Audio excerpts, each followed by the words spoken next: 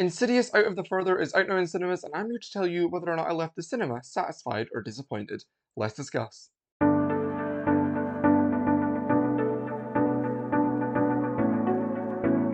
Hello and welcome back to the channel. If you're new, then welcome on in. My name is Jay.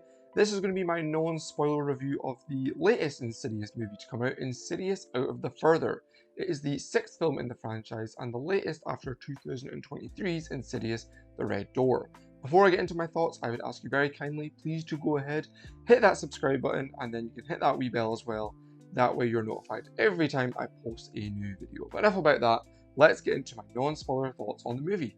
Insidious Out of the Further is written and directed by Jacob Chase, with a story credit going both to himself alongside David Leslie Johnson Goldrick. Chase also directed 2020's Come Play and 2019's The Girl in the Woods, the only other director of which was actually Kristen Ritter, so good company to be in, I would say.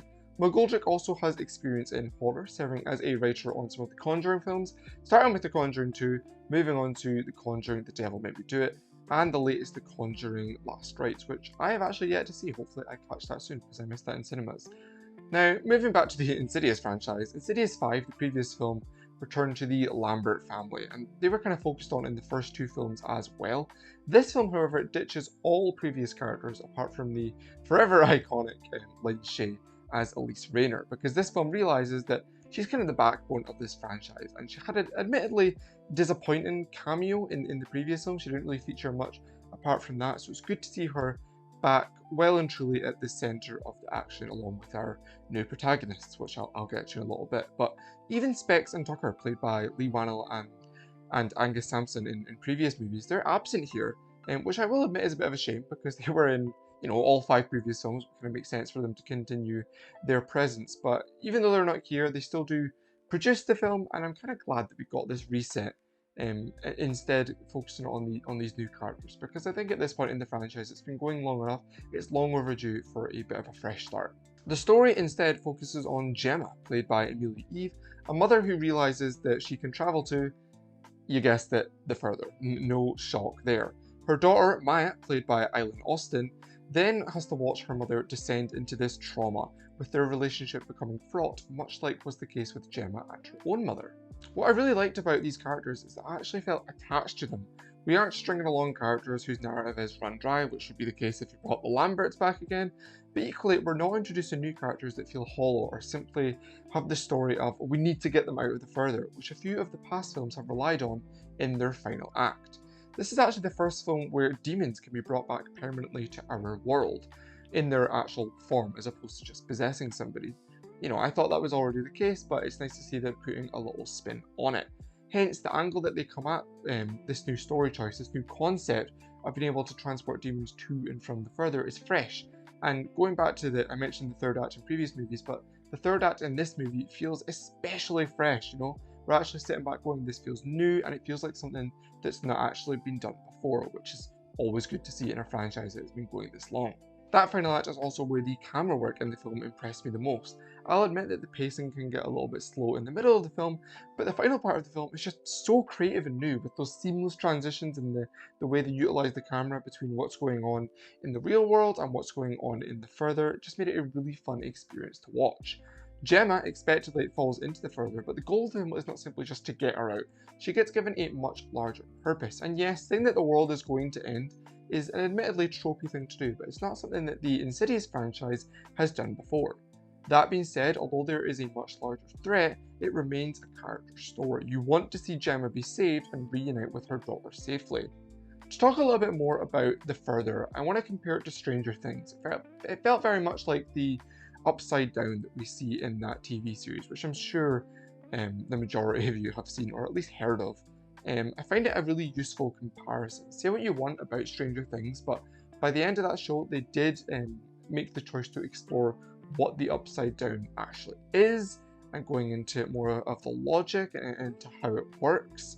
Insidious, I feel like I've been waiting a bit of a long time to kind of get some answers as to what exactly the further is. I know we get general answers, but I was really hoping we'd go into it and actually explore the details of, you know, what the demons are trying to do and the logic of this world that's being created, instead of it just being this playground that we're kind of touching upon, but we're not really going into it and exploring to the capability that I think you probably could.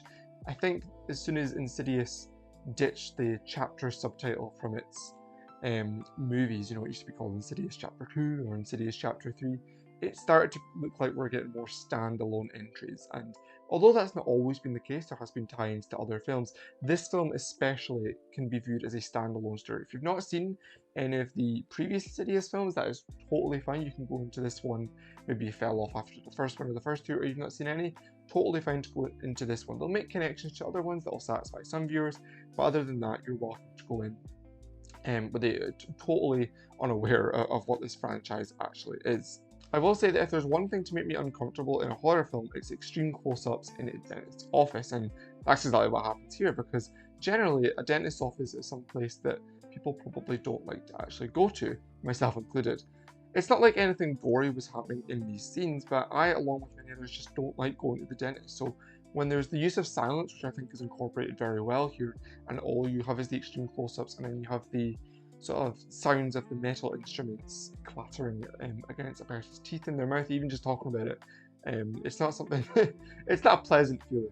So that really puts you on edge and makes you feel uncomfortable, which kind of works setting you up for the rest of the film. Another piece of praise that I've got for this film in particular, as opposed to some of the previous entries, is I can actually see the film, you know, the first two films and then the last one as well, The Red Door. It was just inexplicably dark and dull, a bit unrealistic to think people are actually living in these worlds, you know. I get the vibe that you're going for there, but you can create a horror movie that actually looks lived in. You can give us a bleak story and yet still have one that the viewers can actually see. So I praise this film for going back to that. I think the third one, maybe the fourth one, was the first one to do that, and I'm glad to see that we've returned to a world where, yeah, it's a pretty grim story, but we can actually see what's going on, and it's believable that characters actually live there. Gemma and Maya's house actually looks like they live in it and pay the electricity bill. If I was to give an overall rating to Insidious Out Further, I'm going to give it 3.5 stars. I did contemplate giving it 4 stars because I did leave the film feeling really satisfied, but I had to look at my 2026 ranking of all the films I've seen so far this year. I think I've got about the right place it should be. I will go and put out the statement that I think this is the best Insidious movie, just edging above those first two. But that doesn't mean it's the best in the horror genre altogether, and I'm not rushing to watch it again, though.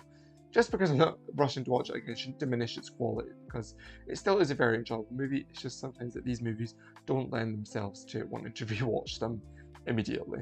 That is all for now. If you're going to see Insidious Out Further, please let me know down below, but equally if you've already seen it, let me know your thoughts down below as well. I will remind you very nicely, please do go ahead, hit that subscribe button, and give the video a like as well.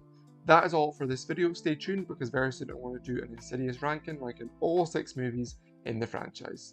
Okay, see you later. Bye.